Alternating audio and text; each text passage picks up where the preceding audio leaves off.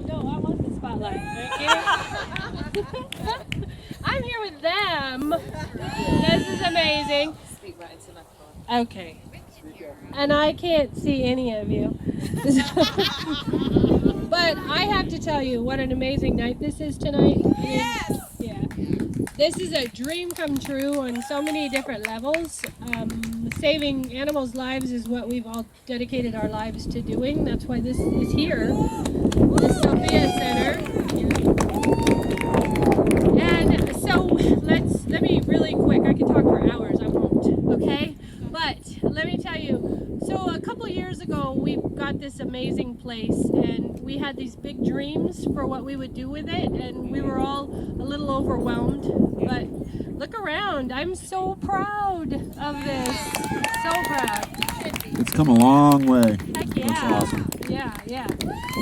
So what we're doing here tonight is called Remember Me Thursday. And Remember Me Thursday was founded by the Helen Woodward Foundation down in the San Diego area. And it was meant to remember the pets that a lot of people don't want to think about. And those are the ones that never were adopted, that never found their forever homes, that never made it out of shelters alive. And Joyce, one of our wonderful board members, our treasurer, and one of our founders, printed the banner that's over there, did the statistics, the numbers, and hung 515 collars on the fence. That's 1 week. That's 1 week in a shelter of animals that didn't survive. So that's sad. And that's what this is about. It's about shining a light on those lives so that we can all remember them and remember to adopt in the future. Never, ever, ever get a dog from anywhere else but a rescue situation. It's just too important in this community. Spay and neuter your pets and love them forever. And put ID tags on them, right? And chips.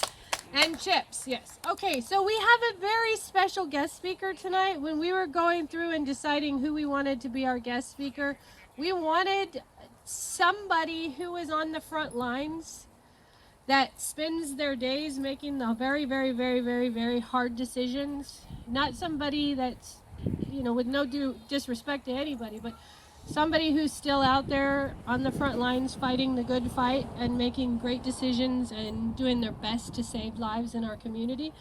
And it was an easy pick. We're so proud to have Betty Cochran, the director of the Clovis Animal Services, here with us tonight.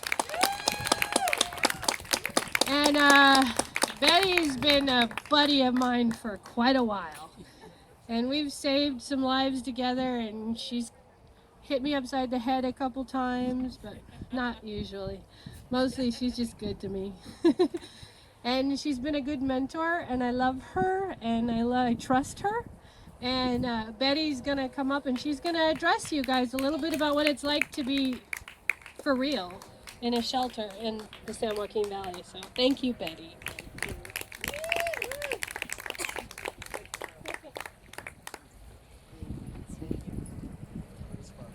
Yeah, oh my goodness. Brenda's right, you can't see anything. And that slapping upside the head was a mutual thing, and it still is. Is that okay? As Brenda said, my name is Betty Cochran, and I am not only the director of Clovis Animal Services, so she's throwing me out in front of a bunch of rescue people. I said thanks a lot. But before I was an animal control officer, I was a rescue person, and I still am. I have my own nonprofit. I've been a Doberman rescue person for years. Met many of these wonderful people through rescue, through the other shelters, through what we all do every day. So I'm kind of unique, and I say weird because I work both sides of the fence, and have for many years, and try to keep doing what Brenda said. I'm a mom. I have a 16-year-old daughter who's been raised in rescue. We call her our two-legged rescue because she was adopted, and she's a kick butt, get out there, and she's our next rescue person. She's an amazing young woman, and I'm proud that she's been raised by this village of rescue people.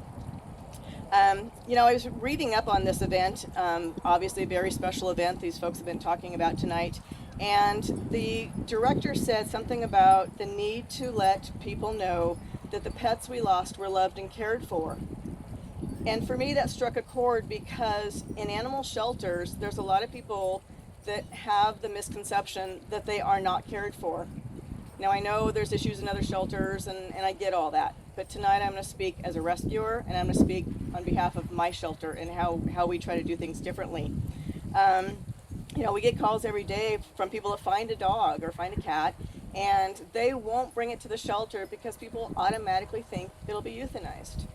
We spend our days trying to convince people that shelters aren't bad. They're not all bad.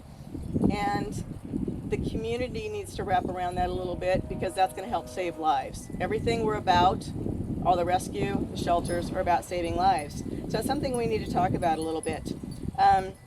In our world, we have a receiving and care center, which is our old shelter essentially. And we come to work every day to a whole bunch of faces that are still waiting for their parents to come. They haven't put those ID tags on that we talked about earlier. They haven't microchipped them.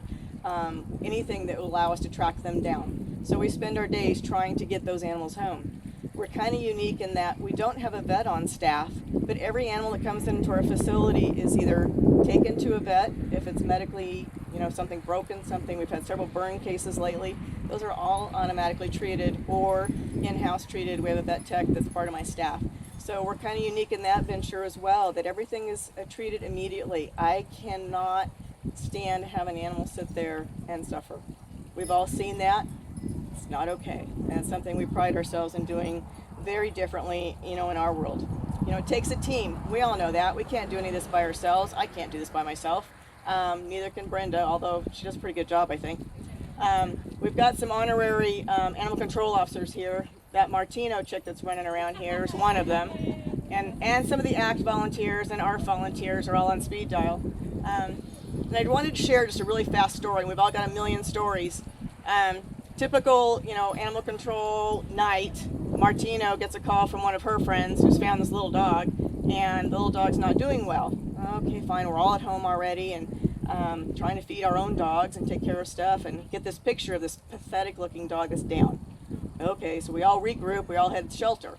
Dog's covered in ticks, so Susie calls Brenda. So not only do I drive in from Sanger to Clovis, Susie drives in from Clovis and her friend with this dog she's found. Brenda drives all the way from ACT to Clovis. We all converge, and we spend the next several hours picking ticks, bathing a dog, and saving a life. Yeah. That dog now is a little kick-butt 7-month-old pit bull that needs some serious training, wherever Denise is. It's a great example of coming together and working as a team. And we've all done it. Like I said, we all have a million stories, and I'm very proud to be a part of those kind of stories and a part of that team. Clovis was very lucky. Almost a year ago, Mr. McDonald donated $2 million to build an adoption center for our animals. He was very dedicated to having the animals have a better place to live, a better place to be adopted from, and have families have a better environment to come into. So we are very blessed to have an adoption center that not only allows for the animals to be healthier, allows staff to have a better environment. We're now doing education programs that we all live for. I used to be envious back in the day of the SPCA. They actually had tours and they had educational stuff, and Brenda helped me with that stuff years ago. We haven't had that. We haven't had to play. So now we're doing education programs, and as we all know, education is the root. If we can't educate people, we're going to keep spaying and neutering. We're going to keep euthanizing the same animals every year. We've been doing this for years, and a lot of it's the same. So we've got to educate these people.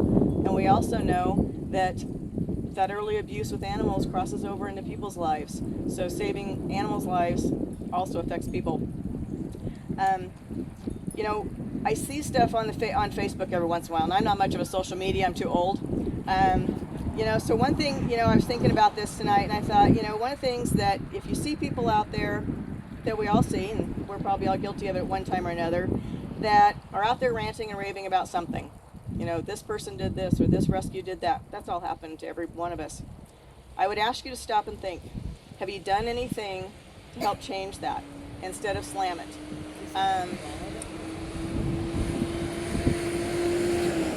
As a rescue person and as a shelter person, we've been called on the carpet, and none of us are perfect. I'm the last one that's perfect, and I'm the first one to admit that. But I would ask you to stop and think. Or if you've got a friend that's just going off on somebody, stop and think. Can you do something to help make that different.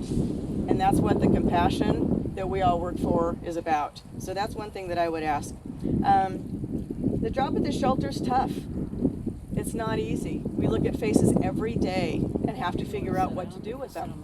The adoption center fills up. You know how fast ACT fills up. You know how fast Linda's here from ARF.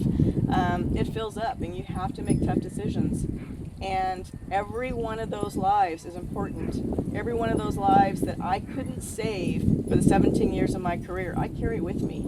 It's not taken lightly, ever, ever, ever. So people need to know that.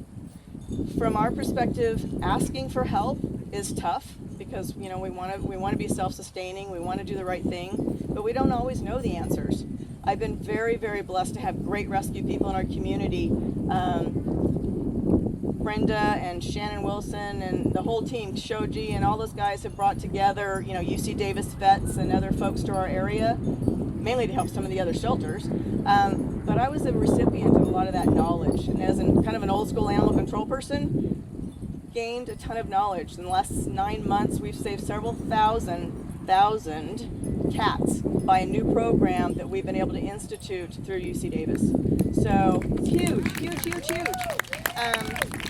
And that's just people working together and saying, try this, and looking at them like they're crazy, but then trying it and making it work. So coming up with new ideas. Shannon Wilson just took a shelter management class. I don't know if anybody else took that. And she brought new ideas to the table, and it was awesome. Of course, we gave her some foster kittens as a present, so it worked out very nicely for me. I know what the deal is. One of the quotes I had is, problems can become opportunities when the right people come together. I try to stay away from problems, but I think in rescue they just kind of find us, kind of like every day, One of my staff members is really new. I've only had him, I don't know, maybe a month or so. This afternoon, he responded to an email from one of my other staff, and I wanted to share this with you because I think this speaks to the heart of people who care about animals, whether it be rescue or whether it be shelter. He was replying to one of my other staff who'd spent the day in between all the chaos, matching dogs on Craigslist, matching dogs with lost reports to something that had been found at Liberty and vice versa, helping folks. And this young man responded to that with, "Here at Clovis Animal Shelter, we care for the people and animals as if it's our own. We are a team filled with a whole lot of caring, awesome people." I was so proud, and of course I cried. And that's what it's about, that passion, that caring for people and animals, because if we don't care for each other and respect each other, we're not going to do the animals a whole lot of good, and I think we've all learned that the hard way. So as a shelter manager, and as a rescue person, I ask that you stand with me and we come together as a team. We're all not always going to agree, we're not always going to like each other, but we can make a difference and we can save lives. So those 515 callers from that 1 week 2 years ago doesn't keep happening, hopefully in our valley, and we can make a difference. And as far as Clovis goes, if you ever have any brand new ideas that we can use or want to talk about animal sheltering or anything like that, I am always happy to talk about it. I'm always looking for new ways of doing things. Some we can do and some we can't, but I'm always open to suggestions. So God bless all of you for the work that you do and for being a part of ACT or ARF or whichever group you're here with. The fact that you're here and you're helping and probably fostering and giving your last dime like everybody else. And for these amazing people for providing all the music. Thank you for having me, and keep doing the good work and keep doing the good fight. Thank you.